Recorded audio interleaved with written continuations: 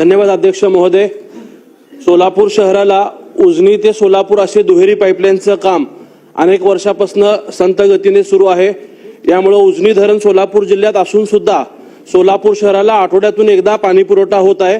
यासाठी महापालिका प्रशासन कुठेतरी कमी पडताना दिसत आहे। 110 किलोमीटर पैकी 106 किलोमीटरचं काम पूर्ण झालेलं आहे।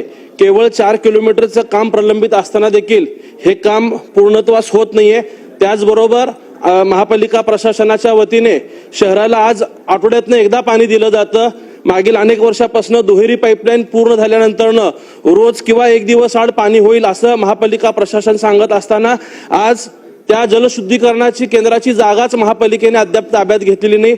अनेक ठिकाणी नॅशनल हायवेमुळे जागा ताब्यात घेतली नाही। अशा अनेक अडचणीमुळे हे काम प्रलंबित राहत असल्याचं महापालिका प्रशासन सांगत आहे।